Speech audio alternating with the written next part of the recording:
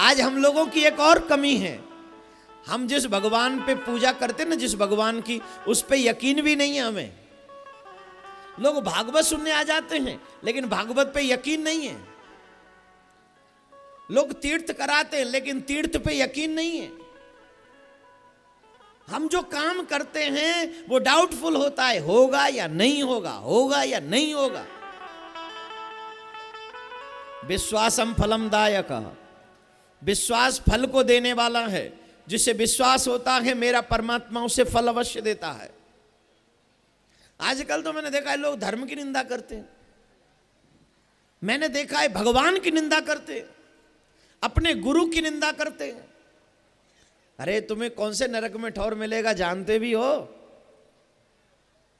सुनने भर से धर्म की, गुरु की, भगवान की, अपने माँ बाप की, इन लोगों की निंदा सुनने भर से गौ हत्या का पाप लगता है। और हम तो चस्का ले लेके कर रहे हैं, कृष्ण तो ऐसे थे, कृष्ण तो वैसे थे, कृष्ण तो ऐसे थे। तेरे बाप का राज है? कुछ भी आएगा मुंह पे बोल देगा, कुछ भी। अगर हम धर्म को भी न छोड़ सके, हम भगवान को भी न छोड़ सके, हम अपने गुरु को भी न छोड़ सके, तो हमसे गिरा हुआ इंसान और कौन हो सकता है? हो सकता है? कोई नहीं है। भगवान हमें कभी माफ नहीं करेगा, कभी नहीं। तुम अपने धर्म के सगे नहीं हो, तुम अपने भगवान के सगे नहीं हो, तुम अपने माँ बाप के सगे नहीं हो, तुम अपने गुरु के सगे नहीं हो। किसके सगे होगे तुम? माफ नहीं करेगा भगवान। बहुत जरूरी है, जिस देवी देवता को आप पूजो उस पे यकीन करो। विश्वासम फलम दायका। श्री कृष्ण कहते हैं जिनकी पूजा हमने और आपने करी है, चलो उन्हीं के पास चलते हैं। उनके पास गए और गिरिराज बाबा अर्थात कन्हैया स्वयं बोले, चिंता मत करो, जैसे कृष्ण के वैसी करियो। गिरिराज पर्वत है, उठा लो, तुम्हें कछु न होगा, तुमको कुछ भी नहीं होगा। गिरिराज पर्वत को कृष्ण उठा लेंगे अपनी कन्नी उंगली पर।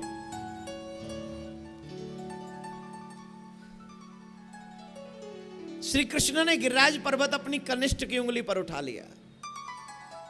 महाराज करने से पहले कृष्ण ने विष का पान किया। महाराज करने से पहले श्री कृष्ण ने अग्नि का पान किया। महाराज करने से पहले कृष्ण ने नाग का, काली नाग को नाथा। और महाराज करने से पहले श्री कृष्ण ने अनेकों ऐसी लीलाएं की हैं जो सिर्फ भगवान कर सकता है, कोई और नहीं कर सकता। बोलो राधे राधे। अब गिरिराज पर्वत को 21 किलोमीटर लंबा है गिरिराज पर्वत, कन्नी उंगली पर कोई उठा सकता है? अरे तुम में अगर ताकत है, मैं तुमसे कहता हूं 7 किलो वजन उठा के दिखा 7 घंटे तक। इस उंगली पे नहीं, इस पे दिखा, दिखा। आसान है? भगवान ने ये कर दिया, भगवान ने ये कर दिया, भगवान ने गलती की, तुझे पैदा कर दिया, नहीं तो तुझे जन्म ते चांद में दे खींच के, तुझे पैदा ही नहीं करना चाहिए था, कमबख्त कहीं के। जो धर्म का सगा नहीं वो किसका सगा होगा? बोलना भाई। मैंने कभी मुसलमान भाई को अपने खुदा की निंदा करते हुए नहीं देखा। मैंने सिख भाई को कभी अपने गुरु नानक देव की निंदा करते हुए नहीं देखा। मैंने क्रिश्चियन को कभी अपने ईसा मसीह की निंदा करते हुए नहीं देखा। लेकिन वाह रे हिंदू, वाह, न जाने क्या खा के बड़ा हो गया है तू पागल। अपने भगवान की स्वयं ही निंदा करता है, अपने धर्म की स्वयं ही निंदा करता है। हमारे ऊपर निंदा के तमाम बाण छोड़े जाते हैं और हम सुनते जाते, सुनते जाते। क्या होगा हमारा? फिर कहते हमारी कोई सुनता नहीं। झंडा ले ले हाथ में और जा घूमता रहे। कौन मिले तो कोसी में बाढ़ आवेगी, बाद न लगा दिए छलांग, है जाओ काम सब पूरे। जो प्राणी धर्म का सम्मान न कर सके वो जिंदा रहने का अधिकारी नहीं है। धर्म कोई दिखावा नहीं है। आज धर्म की किसी को परवाह नहीं है, और जिनको परवाह है वो अपने स्वार्थ की रोटी सेकना चाहते हैं मात्र। किनको परवाह है धर्म की? हम लोग पान खा जाते हैं एक दिन में 1000 रुपए का, लेकिन धर्म के नाम पे 2 रुपए नहीं निकलते। कैसे होगी धर्म की रक्षा? यहां आने में धन खर्चा होता है, टेंट लगाने में धन का खर्चा होता है, इस माइक को लगाने में धन का खर्चा होता है, और 1000 काम करने में धन का खर्चा होता है। कहां से होगा? हम तो पैसे वाले बनाए नहीं भगवान ने। क्यों नहीं हम सपोर्ट कर सकते? क्यों नहीं हम आगे बढ़ सकते? अगर भगवान ने हमें अरबों खरबों रुपए दिए हैं तो हम अपनी जेब से 10-20 हजार रुपए निकालकर धर्म के नाम पर नहीं निकाल सकते? मुझे नहीं चाहिए सारा पैसा, तू अपने पैसे से अपने ही बस पे अपने आप धर्म का प्रचार करना। तुझे लगता है कि वो सही जगह नहीं है तो अपने पैसे से सदुपयोग तू ही करना धर्म का। लेकिन ना, निंदा करने में सबसे आगे, चुगली करने में सबसे आगे हैं। अरे राम राम राम, कैसा गिर गया इंसान है। सूरज न बदला, चांद न बदला, न बदला जमी आसमान, केवल बदल गया इंसान, केवल बदल गया इंसान। हम धर्म होगा तो जिंदे रहेंगे, अगर धर्म नहीं रहा तो मर ही जाएंगे मेरे प्यारे। इसलिए आओ, कृष्ण से प्यार करने वालों धर्म से प्यार करो, लक्ष्मी से प्यार करने वालों धर्म से प्यार करो, अपनी औलाद से प्यार करने वालों धर्म से प्यार करो, और धर्म का बीज अपने बच्चों में बोओ। मैं आपसे आग्रह करूंगा सभी से, राधे राधे। कन्हैया ने 7 दिन तक गिरिराज पर्वत को उठा के रखा अपनी उंगली पर, 7 दिन तक। और जब ब्रज में कुछ नहीं हुआ तो इंद्र परेशान हो गया। तब गुरु बृहस्पति जी ने कहा कि इंद्र, तुम जिनको साधारण समझ रहे हो ना, वो साधारण नहीं है, वो बिल्कुल भी साधारण नहीं है। तुम जानते हो वो कौन है? कौन है वो? अखिल ब्रह्मांड नायक हैं, जो देवताओं का दुख दूर करने के लिए पृथ्वी पर पहुंचे हैं और भक्तों का संकट दूर करने के लिए आए हैं, पृथ्वी का भार हरण करने के लिए आए हैं। तुमने उनको पहचाना नहीं, जाओ उनसे क्षमा मांगो। तो अपने गुरु बृहस्पति की बात मानकर दोनों हाथ जोड़कर गोवर्धन इंद्र पहुंचे और श्री कृष्ण के चरणों में साष्टांग प्रणाम करने लगे और कहने लगे, हे गोविंद, नमस्तुभ्यं भगवते पुरुषाय महात्मने वासुदेवाय कृष्णाय सात्वतां पतये नमः। हे वसुदेव, हे वासुदेव, मैं आपके चरणों में कोटि कोटि प्रणाम करता हूं। मैं बड़ा अधम हूं, आप ही का बनाया हुआ इंद्र, और मैं आप ही को समझ नहीं सका। बड़े दुख की बात है मेरे प्यारे। इस इंद्र पद ने मुझे अभिमान दिला दिया और मुझे आपके अगेंस्ट कर दिया। हे मेरे प्रभु, मैं प्रार्थना करूंगा आपसे, मेरे को इंद्र पद मत दीजिए, इस इंद्र पद को छिना लीजिए। इसी पद की वजह से मैं आपको भूल गया। इंद्र किसी ब्रजवासी को बना दीजिए और मुझे तो ब्रज का एक ग्वाला बना दीजिए। ग्वाला नहीं बना सकते तो मिट्टी बना दीजिए, कुछ भी बना दीजिए, ब्रज में बना लीजिए, ब्रज में रहने दीजिए मुझे।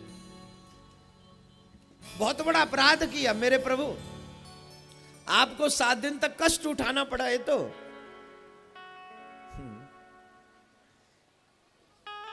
कृष्ण बोले, तुम्हारा अपराध नहीं है, ये तुम्हारी सेवा है।